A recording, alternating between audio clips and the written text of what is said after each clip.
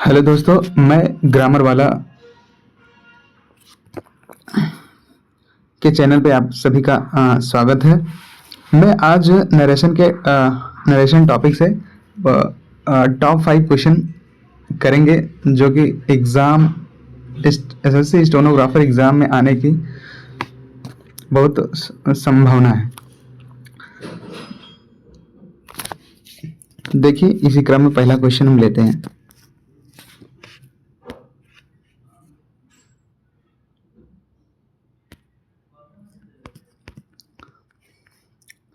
पहला क्वेश्चन कह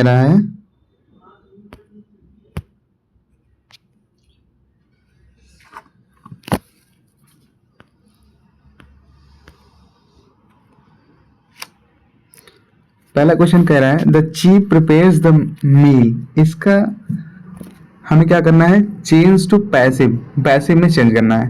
पहली बात, अगर पैसिव में अगर आपको कोई भी सेंटेंस चेंज करना है, सबसे पहले आपको नियम पता चलना चाहिए। देखिए, without rule you can not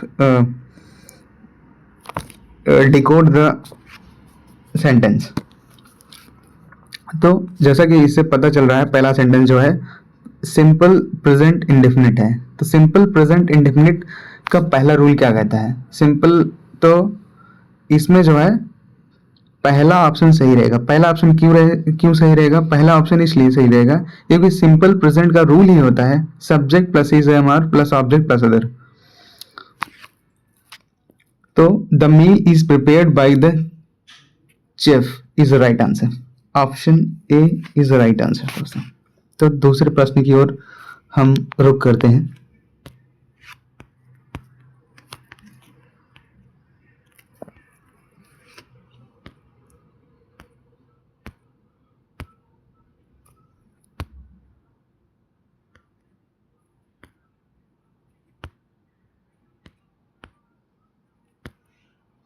दूसरा प्रश्न हमसे यह पूछ रहा है कि call the first witness said the जज। इसमें इसका हिंदी अर्थ यह हुआ कि जज कह रहा है कॉल द विटनेस, कि गवाह को हमारे सामने प्रस्तुत करो। और जैसा कि आपको पता चल रहा है कि सेंटेंस में ये सबसे पहले ही उल्टा क्रम दे दिया है। उल्टा क्रम दे दिया है तो इसको हमको पहले सीधा करना होगा। सीधा करने के लिए क्या होगा कि जैसे कॉल द फर्स्ट विटनेस, ये क्या है? रिपोर्टेड स्पीच है। और सेड द जज क्या है? रिपोर्टेड वर्ब है। तो इसके लिए हमें रूल पता है क्या कि ये पास्ट में जा रहा है सेंटेंस। पास्ट के हिसाब से हम इसको कन्वर्ट करेंगे। पास्ट के हिसाब से कन्वर्ट क्या होगा? Call the first witness said the जज। इसके हिसाब से हम ऑप्शन होगा हमारा बी। बी क्यों होगा? द जज commanded them to call the first witness. देखिए, टू का कोई चांस ही नहीं बनता, दैट का भी कोई चांस नहीं बनता, और फर्स्ट का भी कोई इसमें चांस नहीं बनता। तो इसलिए दूसरा का B is the right answer. चलते हैं तीसरे क्वेश्चन की ओर।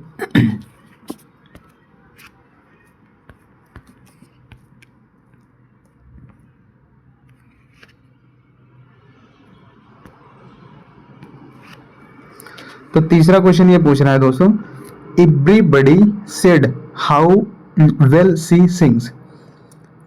एवरीबडी, प्रत्येक लोग यह कहते हैं कि वो कैसे गाती है। इस सेंटेंस का मतलब यही हुआ। अब ये सेंटेंस किस वे में लिखा गया है उसको पकड़ना है। जब आप उसको पकड़ लेंगे तभी आप डायरेक्ट से इनडायरेक्ट की तरफ आसानी से कन्वर्ट करेंगे। तो इसमें क्वेश्चन क्या है? कन्वर्ट करने के लिए क्या करना होगा? देखिए, एवरीबडी सेड, सेड जहाँ है पास्ट है, ठीक है, पास्ट है, हमने समझ लिया। आगे क्या करना है? How well she sing. How well she sing ये किस में जा रहा है? इंपरेटिव सेंटेंस है दोस्तों। इंपरेटिव सेंटेंस में हमें जब भी बनाना है तो उसमें क्या करना है? एक्सप्लेन्ड का यूज करना है, ऑर्डर टू का प्रयोग करना है। अकॉर्डिंग टू सेंटेंस किस वे में लिखा गया है उसी हिसाब से हमको इसमें यूज करना है, क्योंकि ये इंपरेटिव है, ध्यान दीजिएगा। इसमें जो है हाउ, तो आइए सॉल्व करते हैं। हाउ वेल सी सिंग, तो इसका मतलब हुआ ये सिंपल प्रेजेंट में है, और सिंपल प्रेजेंट में है तो जाहिर सी बात है हमको सिंपल पास्ट में से चेंज करना होगा। सिंपल पास्ट में चेंज करने के लिए वही रूल होगा, subject plus second form of plus object plus other. इसके हिसाब से ऑप्शन कौन सा बनेगा?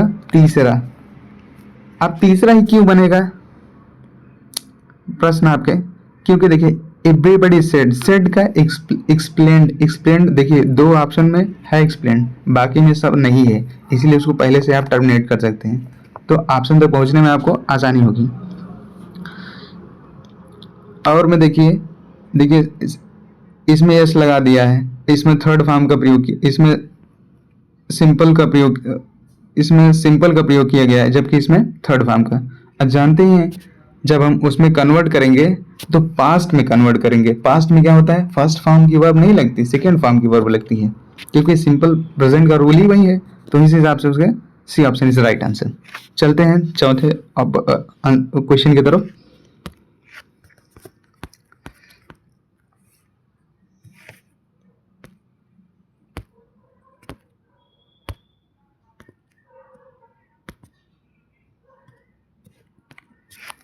चौथा क्वेश्चन ये कह रहा है दोस्तों, ही सेड वह कहता है it use to be lovely quite street. ये कितना प्यारा जो है गली है, ये कितनी प्यारी गली है। और वह कहता है कि ये she is very lovely quite street, ये बहुत प्यारा गली है। तो इसका हम चेंज करेंगे किसमें? इनडायरेक्ट में चेंज करने के लिए हम इसे हमें ये करना होगा, क्योंकि स्ट्रेट फॉरवर्ड क्वेश्चन है। इसको आपको देखिए यहाँ हर जरूरी नहीं हर चीज़ का नियम लगे आप तभी सॉल्व करेंगे। कुछ होता है मिसलेनियस आप लोग पढ़े होंगे, क्योंकि जहाँ पर रूल नहीं काम करता वहाँ दिमाग काम करता है। अगर आपके पास थोड़ा सा सेंस होगा और तो क्वेश्चन आसानी पूर्वक सॉल्व होगा। ये हर जगह रूल नहीं लगता है, ठीक है। तो इसके हिसाब से चौथे का ए होगा। फिर वही प्रश्न ए क्यों होगा? क्योंकि देखिए ही सेड, अब ही सेड का भाई सेड ही हो रहता है ना। अब पॉइंटेड आ गया है, कंफ्यूज करने के लिए पॉइंटेड आप काट दीजिए। इंक्वायर्ड आ गया, इंक्वायर्ड कब रहेगा? इंक्वायर्ड ऑर्डर टू एक्सप्लेन, जब इम्पेरेटिव सेंटेंस बनेगा तब रहेगा, तब। अब इसको ये डी भी काट दीजिए आप। अब इसी हिसाब से बी पहले से ऑलरेडी कटा हुआ है।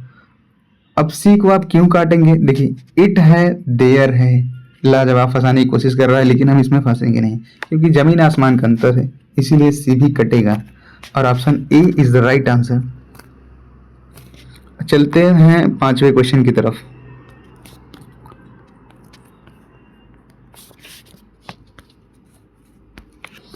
पांचवा क्वेश्चन ये कहता है दोस्तों, ही सेड वह कहता है दैट ही वेंट वह गया फॉर ए वॉक घूमने के लिए एवरी मॉर्निंग। वह कहता है कि वह जो है प्रत्येक सुबह घूमने के लिए गया या जाता था। कि वेंट है ना, वेंट मीन्स गया। तो इसके हिसाब से हम इसको कन्वर्ट करेंगे। ही सेड, देखिए ही सेड दैट, ही आया है, अब हमको इनडायरेक्ट में चेंज करना है।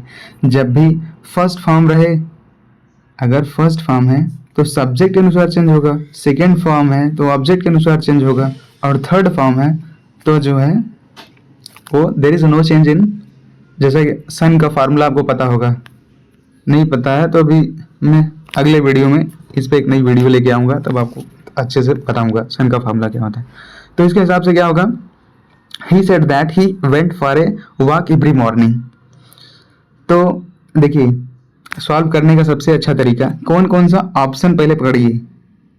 ही वेंट दिया है, I go for, I will, I went. देखिए वेंट है, वेंट मतलब सिंपल पास्ट, तो इसमें कौन कौन सा सेंटेंस जो है सिंपल पास्ट में नहीं है, इसको पहले टर्मिनेट कर दीजिए। बी नहीं है, बिल नहीं है, और अब फंसा ए और डी। तो ए अब कुछ लोग, अब जो थर्ड फॉर्म में कोई चेंज नहीं होता, लेकिन ये मिसलेनियस है दोस्तों, इसमें जरूरी नहीं है कि ग्रामर का हर रूल सही समय पे हर जगह लगे। तो इसलिए इसका पांचवे का ऑप्शन ए हो जाता है, क्योंकि जिन्होंने ग्रामर कंप्लीट बनाई है वो भी, क्योंकि ग्रामर का क्या होता है कि ग्रामर अल्टीमेटली वे पे चलती है, कहना क्या चाहता है।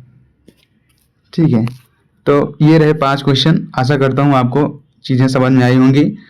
मैं अपनी तरफ से अगले वीडियो में और बेहतर समझाने की कोशिश करूँगा। तब तक के लिए दीजिए मुझे इजाज़त। थैंक यू दोस्तों। चैनल को लाइक शेयर सब्सक्राइब ज़रूर करें।